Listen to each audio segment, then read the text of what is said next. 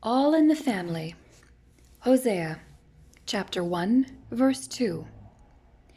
Go, take to yourself a wife of harlotry, and have children of harlotry. Why would God command his prophet Hosea to marry a prostitute? Did God ask Hosea to commit an unsuitable, if not sinful deed? We know that priests were explicitly told not to marry prostitutes, but they were also not allowed to marry divorced women. Read Leviticus 21:7, which was permissible for others, as in Deuteronomy 24:2. A priest's responsibility as an intermediary between penitents and God demands a stricter lifestyle. Read Leviticus 27:2.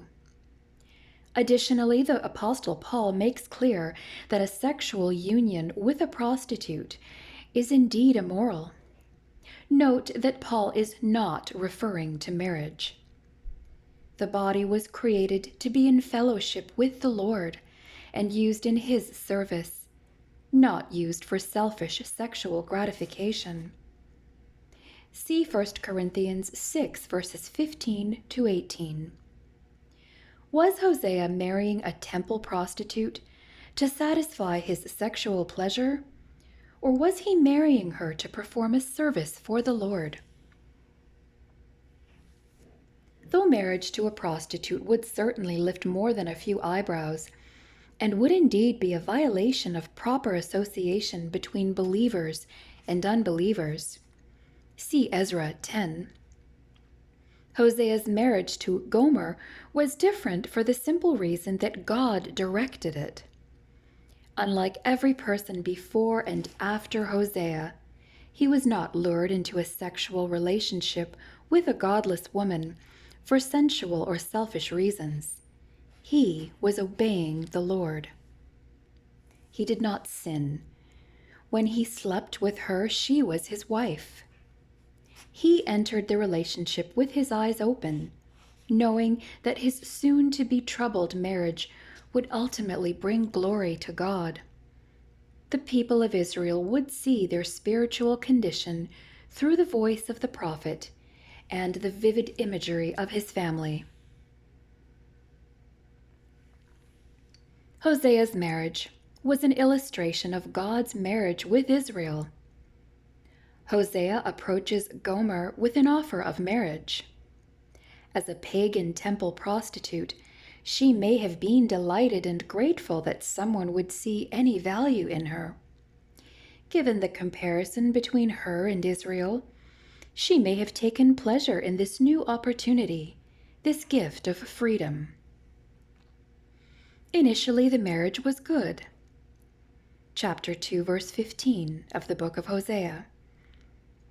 But the honeymoon would not last long. Hosea represented a loving husband who was willing to forget the past to create a prosperous future. He wanted the most for his wife and family and was willing to put his character on the line for love, but his love was not enough. Though rescued from bondage and loved more than she had ever been, Gomer returns to her former loves. Hosea 2:5. Like Hosea, God knew what he was getting into. He made a contract or covenant with a people who were in dire need of his guidance and care. They were a sinful, cantankerous bunch who often saw God as a ticket from hard times rather than a promise of better times, from Egypt to the promised land. Still, he entered into a marriage willing to abide by the agreed-upon covenant. However, they forgot who rescued them, and they credited their prosperity and power to other gods and devoted themselves to them. Refer to Hosea 2:5 and verse 8. Hosea 4, verses 1, 10, and 18. Rather than rest in the God who loved them, They slept with gods who lured them, and they became an adulterous nation. Faithfulness is all in the family. Hosea's, God's, mine, and yours. If you are to love him, we must never forget how much he loved us.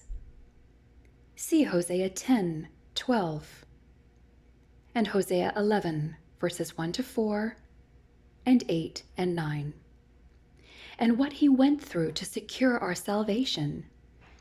See Hosea 13, verses 4 and 5, Isaiah 53, verses 3 to 6, Philippians 2, verses 7 and 8, as well as Hebrews 12, verses 2 and 3. The family of God is a bride preparing herself for marriage with the Son of God. May our track record during this time of betrothal show our sincere and pure devotion to him alone. Refer to 2 Corinthians 11, verses 2 and 3, and Revelation 19:7.